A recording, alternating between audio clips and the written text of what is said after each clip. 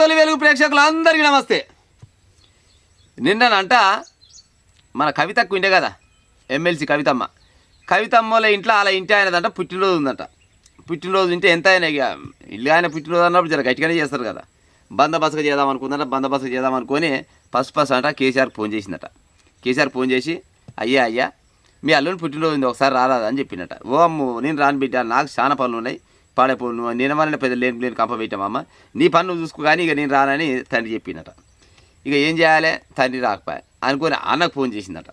అన్నకు ఫోన్ చేసి అన్న మీ బావది పుట్టినరోజు ఉంది, దారాదు అన్న జర గ్రాండ్గానే చేస్తున్నాయంటే, ఓ శైలి నీ కాడికి వస్తున్నాయంటే అమ్మ నువ్వు చిన్నదానవు కాదు, వీడికే మొత్తం అంగడి అడివి చేసినావు, నేనేం రాను కానీ మీ ఆయన పుట్టినరోజు నువ్వే చేసుకోమని అవ్వాలి కదని ఆయన చెప్పినట. ఇక ఆయన అయ్య రాకపోయా అన్న రాకపోయా ఏం చేయాలనుకొని తల్లికి ఫోన్ చేసిందట. తల్లికి ఫోన్ చేసి అమ్మ మీ అల్లుని పుట్టినరోజు ఉంది, జర్రా అమ్మ మరి గ్రాండ్గానే చేస్తున్నా, ఏం కాదు జర్రా అంటే, ఇక తల్లి ప్రేమాయే కదా, దాని ఏముంది బిడ్డ మీ అయ్య రాకున్నా మీ అన్న రాకున్నా నేనైతే వస్తా, బరాబర్గా వస్తా అని చెప్పిందట. ముసలామె చిన్న ధైర్యం చేసి శోభమ్మ ఇక పోయిందట. పోయి పుట్టినరోజు వేడుకలే గ్రాండ్గా చేసినట. గ్రాండ్గా చేసినాక కేక్ బీక్ కట్ చేసినాక మరి థమ్స్అప్ బెంచ్ తాగినాక బోదినాక ఏం కూర్చుంటారు కదా, తల్లి పిల్లలు కూర్చొని ఇక చెప్తుందట ముచ్చట. పేపర్కి వచ్చిన ముచ్చట, నేనే దానికి ఏదో లేని చెప్పాల్సిన పని లేదు కానీ ఏం చెప్తుందట, బిడ్డ కవిత నీ నోరు పాడైపోను, నీ జర నోరు ఏమో గట్టిగా ఉంటుంది, చిన్నప్పటి నుంచి గంతే పాడుగాను కయ్య ఉడతావు, జర్ర 4 రోజులు ఒప్పుకోబట్టరాదు బిడ్డ, కొద్ది రోజులు నిదానంగా ఉండు బిడ్డ, అన్నీ చదువుకుంటాయి, అన్ని నాయన మొత్తం పామోదులో కూర్చొని మొత్తం అన్నీ రాసి పెట్టుకుంటున్నాడు, ఎవరెవరికి ఏం కావాలి ఏం కాదా మొత్తం అన్ని రాసి పెడుతూనే ఉన్నాడు, జర్ర నువ్వే నోరు కట్టే ఉపాయం చెయ్యి, ఏమంటారు కదా నువ్వు ఉన్నాగో తిన్నాగో బిడ్డ, ఎట్లా చేసి జర్ర నోరు కట్టే ఉపాయం చేయని సలహా ఇచ్చి వచ్చిందంట. సలహా ఇచ్చి చెప్తున్నా కదా నిలమన్న ఏది అది అముచరం చెప్పింది. బావ లంగా దొంగ, సంతోషరావు లంగా దొంగ, వీళ్ళిద్దరు కలిసి మయ్య నాగం చేసిరు, మన నాగం చేసిరు, మా అయ్యకు మా అన్నకు ఎలాంటి డబ్బు మీద ప్రేమ లేదు, మొత్తం వాళ్ళే దయ్యాలు తల్లిన తలిగిరు, పార్టీ మొత్తం సర్వనాశనం చేసిరు అంటున్నావు బిడ్డ. గా ముచ్చట అనేది జర్ర 4 రోజులు నోరు కడితే నోరు మంచిది అయితే ఊరంతా మంచిది అవుతుంది. సరే నాయన అయినా అన్న అయినా బావ అయినా సంతోషరావు అయినా ఎవరైనా కానీ జనాల సొమ్ము తినరేమో కానీ ఆ తినరని అంటే బయట కాంగ్రెస్ పార్టీ వాళ్ళు బీజేపీ పార్టీ వాళ్ళు లేకపోతే ఎర్రజెండా పార్టీ వాళ్ళు అంటే అన్నా సక్కదనం కానీ నువ్వు ఇల్లుగల పిల్లవేనైతివి, నువ్వు నా పిల్లవే అవుతుంది, నా పిల్లవై నన్ను బయట వేస్తే బాగుండదు బిడ్డ, జర్ర నోరు కట్టే ఉపాయం చేస్తావా అంటే ముందుంది మొత్తం రానున్న రోజులు మొత్తం మరి మళ్ళా తెలంగాణలో మీ అయ్యే మీ అన్నో చక్రం తిప్పుతాడు, బావని ఏమనకు సంతోషరావుని ఏమనకని సలహాలు చెప్పుకుంటూ వచ్చిందట.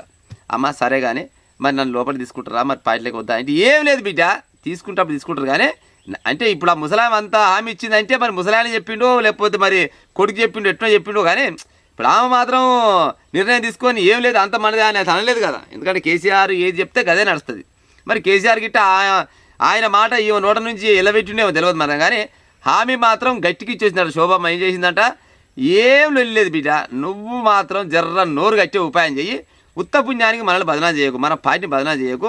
తెలంగాణ రాష్ట్రంలో 10 సంవత్సరాలు మనం ఏకఛత్రాధిపతంగా మనం తెలంగాణ రాష్ట్రాన్ని వెళ్తే జర్ర 2 ఏళ్ళ పాడైపోను, కాంగ్రెస్ వాళ్ళు ఎట్టో పుష్కర బయటపడరు, లేకపోతే ఈసారి కూడా మనం బయటపడితే మన కథ అంతా వేరే ఉండు కానీ నువ్వు ఉత్త పుణ్యానికి మనం ఇట్లా పోయకు, జర్ర నోరు కట్టే ఉపాయం చేయి, 4 రోజులు ఆగానే చెప్పుకుంటూ వచ్చిందట. కానీ మరి కవితమ్మ ఇంటుండొచ్చునా ఏమిన్నా కానీ కష్టమే, ఎందుకంటే జీర్ణించుకోలేకపోతుంది.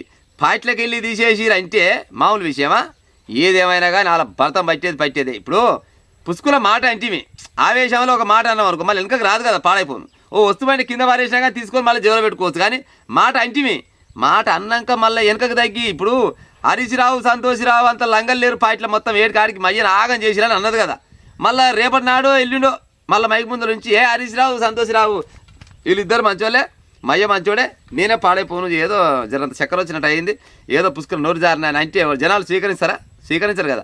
ఇక అదే వాదం మీద ఉండాలి. మరి ఇప్పుడు హరీష్ రావు మీద మరి గుండాలు ఎత్తేసేది మానుకుంటుందా, గుండాలు ఎత్తేసేది నిజమే అనుకొని ఇంకా కొన్ని గుండాలు ఎత్తేస్తుందా, ఇక ఎట్టేసేది అనేది ఇక రోజుకు ఒక ముచ్చట వస్తుంటే చూస్తుండాలి మనం, అంతేగాని ముసలమ్మ మాత్రం మంచిగా బుద్ధులు చెప్పేటట్టు చెప్పేసి వచ్చేది వచ్చిందట. ఏ లాంటిలు వెళ్ళిపెట్టుకోకు, నీ అంతా బుక్కడి తిని భూమి కోరుకు అంతే, రోజుగా టీవీ చూసుకో పేపర్ చూసుకో అంతే, కానీ అయ్య మీద కానీ అన్న మీద కానీ బావ మీద కానీ సంతోషరావు మీద కానీ మన పార్టీల మీద కానీ ఏమైనా తప్పులు చేస్తే నీ కళ్ళల్లో పడితే గతంలో పడ్డే తప్పులు చేసినాయి కానీ వీటిని మాత్రం మనసులో పెట్టుకో, కానీ బయట పెట్టగానే బుద్ధులు చెప్పేసిందట. మరి ఇంటదో ఏదో ఇక చూడాలి మరి.